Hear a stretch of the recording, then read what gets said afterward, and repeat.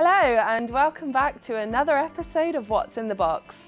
My name is Sophie Clarke and I'm here at Wessex Archaeology's head office, where I'll be talking to our in-house experts about the objects they find most intriguing.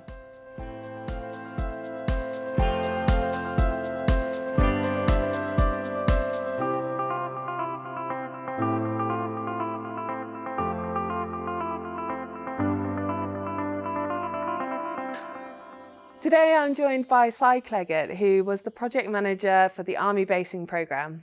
Hi Si. Hi, how are you, Sophie? I'm good, thank you. How are you? Good, thank you. Glad to Good. be here. What have you got today? We have an Anglo-Saxon work or relic box from the 7th century. Oh, wow. So what you're looking at is the original, and that's the green patinated one on this side. That's the original, and that dates from around about the 690s, probably into about the 710s, 720s maybe. And we have here a 1-to-1 scale printed metal copy. It's 3D printed. And the beautiful thing about the 3D printed version means that you can handle it and you can actually hear the lid and the sound it makes as you take the lid off. It's a sound that hasn't been heard for about 1400 years. That's absolutely amazing. They are amazing. Generally speaking, in a cemetery of Anglo-Saxon people, you will probably find one individual, one female individual, female adult, mid-20s, roughly speaking, or with a child. It's incredibly unusual to find one of these with a male burial. I think only one's been found ever, and that was a dubious thing as to whether it was male or female. So they're generally buried with females and or children. One cemetery yielded 4 burials with one of these in each. However, for the most part, Anglo-Saxon cemeteries will only have one grave out of hundreds that contains a burial with one of these accompanying the dead.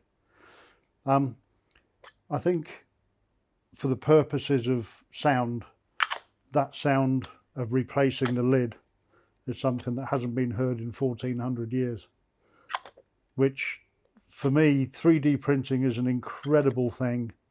There is nothing worse than being in a museum and having to look at things behind a glass counter and not being able to handle, experience and touch it. So where did you find this then? Well, this came from one of our sites on the Army Basing Programme. And the Army Basing Programme had a number of major sites, one of which was Bulford, another one was Tidworth, and another one was Lark Hill. This particular object was found in the cemetery at Bulford, where we had over 150 graves of the Anglo-Saxon period, probably from the 600s, probably through to the 800s. And it was a cemetery that was what you would call attritional, in the sense that you had the very young, we had babies, we had the very old, we had middle-aged people. So essentially it is a reflection of a living community. And the individual that was buried with this was buried with probably a wooden box, probably a leather bag with metal fittings. She was buried with a chatelaine, and a chatelaine looks, to all intents and purposes, like a hanging set of keys. Ah, right. But Got the you. chatelaine Yep. could have keys on it. It could have, and in this case, we had an iron set of tweezers. We had a scoop, a copper alloy scoop, a little spoon. Wow. And she was buried with one of these and a conch shell as well. So she was one of 2 in the entire cemetery that was buried with a conch shell. But she was the only individual out of 150 odd individuals that was buried with the workbox in the cemetery. And you said that these are quite rare, the workboxes. They're reasonably rare. So for example, up until 2017 or thereabouts, there had only been one of these found in the county of Wiltshire before, and that was in the 1850s. Wow. And you found one? We came across this one, and a week later in Tidworth, just down the road, on another Army Basing Programme site, we had an Anglo-Saxon cemetery there of a much smaller scale, and bang, we found another one. No way. So we found 2 in the space of a week. So we've trebled the number in Wiltshire in the space of a week. Wow, what an achievement. That is amazing. Now, when you look at the copy of the original, you'll notice that on both ends of the copy and on the original, there is a cruciform shape. And you can see that in riposte style on the opposite side as well. Yep. So it's not unusual for these things to have cruciform shapes both on the lid and on the base. It has been said that these have a Christian connotation.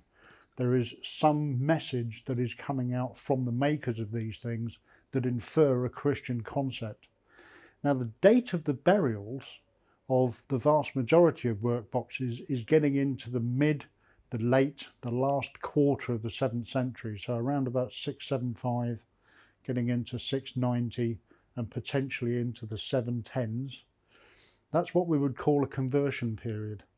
Now, this is when Anglo-Saxon tribes were slowly being converted from a pagan belief system into Christianity. Christianity had a fairly major influence at that time.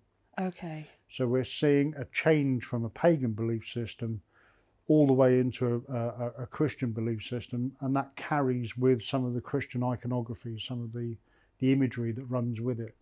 Was there anything in them? The thing about these things is that you have great expectations for what you'll find inside them. Yeah. In general, you can find stones. There have been examples where they've just been filled with sand or local soil. On occasion, you will find silver pins. Okay. On occasion, you will find copper alloy headed pins. On occasion, you will find tiny pieces and fragments of textile or even silk on some occasions. Oh, wow. But we first x-rayed these before we opened them carefully in the lab. They were x-rayed and they showed a number of small fragments of metal objects, mostly soil, a bit of gravel and a bit of dirt. Okay. And that was about your lot, so there wasn't a great deal in there.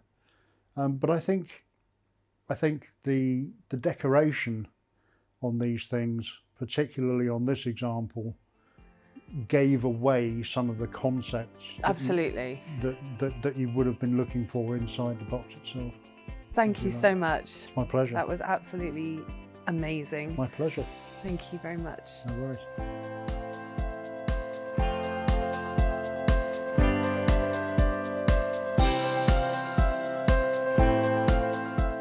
Thank you for watching. If you'd like to learn more about size objects, please follow the link in the description.